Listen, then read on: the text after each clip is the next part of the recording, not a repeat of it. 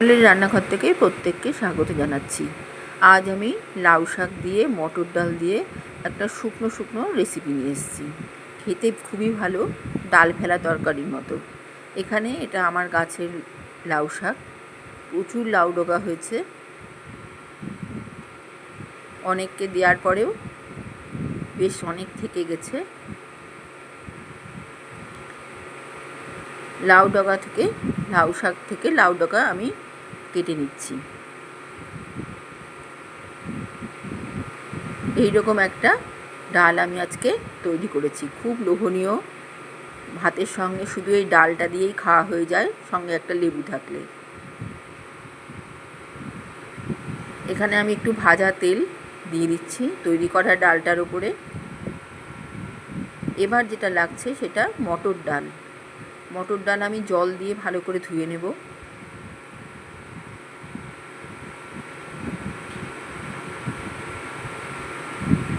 এখানে আমি half cup মতো ডাল নিয়েছি, কারণ সবজিটার স্বাদটাই রাখতে চেয়েছি এই ডালটায়। প্রেশার কুকারে ডালটা সেদ্ধ করে নেব। ডাল যদি বেশি দিই সেক্ষেত্রে সবজির যে স্বাদটা সেটা পাওয়া যাবে না। প্রথমে আমি মটর ডালটা সেদ্ধ করে নিচ্ছি।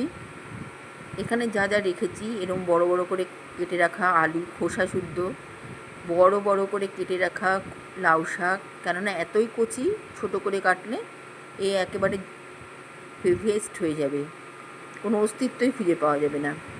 এবারে আমি নিচ্ছি বেগুন। এই বেগুনগুলো বর্ষার বেগুন, খুব মিষ্টি খেতে। এরম ডুমো ডুমো করে বেগুনটা কেটে নিয়েছি। কাঁচা লঙ্কা নিচ্ছি, আর আদা নেব। আদা কাঁচা লঙ্কা একসাথে বেটে নেব।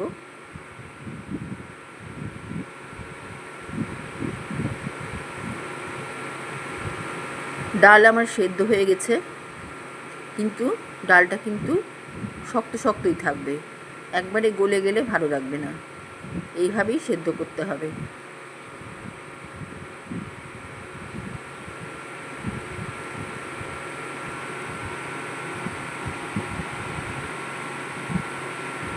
কাঁঠালের বিচি নিয়েছি। প্রথমেই আমি ডালের মধ্যে কাঁঠালের বিচি দিয়ে দিলাম।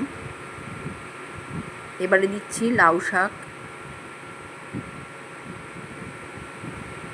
বেগুন দিয়ে দিচ্ছি, ডুমো ডুমো করে কেটে রাখা আলু কাঁচা লঙ্কা, এগুলো আমি আস্তে আস্তে দিয়ে দিলাম। থালার মধ্যে যে জলটা ছিল সেই জলটা আমি দিয়ে দিলাম। লবণ দিয়ে দিলাম ছড়িয়ে। কুকারের ঢাকনা বন্ধ করে সেদ্ধ করে নেব। এখানে আদা কাঁচা লঙ্কা এটা আমি বেটে নেব। কড়াইতে একটা জায়গায় শুকনো লঙ্কা, তেজপাতা, মেথি প্রথমে আমি ড্রাই রোস্ট করে নিয়ে তারপরে এই তেলটা দিয়ে দিচ্ছি, কাঁচা সর্ষের তেল। এতে হবে কি, খুব তাড়াতাড়ি পুড়ে যাবে এই মশলাটা, ফোড়নটা। তারপরে দিচ্ছি আদা কাঁচা লঙ্কা বাটা। তারপরে দিচ্ছি হলুদ গুঁড়ো।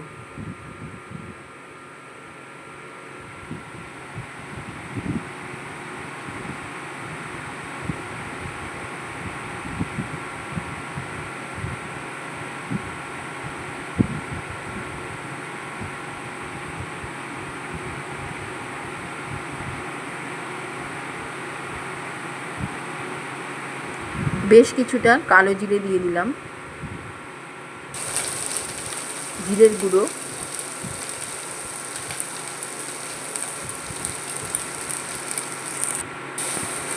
দিয়ে ডালটা ঢেলে দিলাম।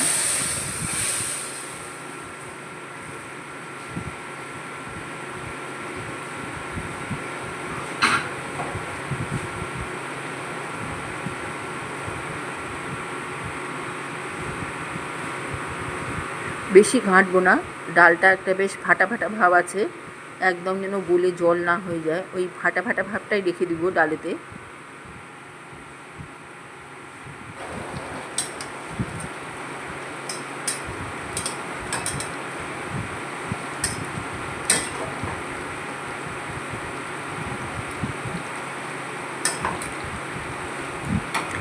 বাটির নিচে যে মশলাটা আছে, ডালটা সেদ্ধ হবে আর নিচের মশলার সঙ্গে যে ফোড়ন দিলাম যে মশলাটায়, সেই মশলাটার সঙ্গে ডালটা সেদ্ধ হবে আর মিশতে থাকবে,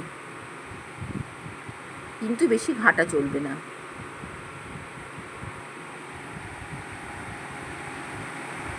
এবার গোটা কাঁচা লঙ্কা দিয়ে দিলাম।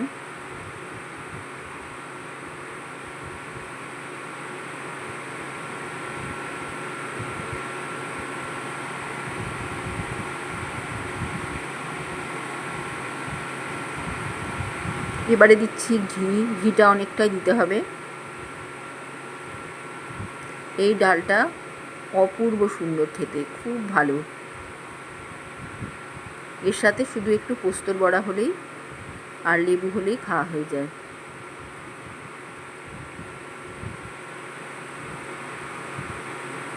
এবার আমি ডালটা তুলে নিচ্ছি।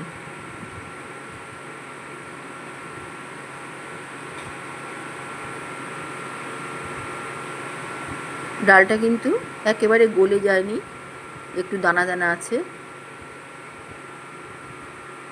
কাঁঠালের বিচিগুলোও বেশ সুসিদ্ধ হয়ে এসছে।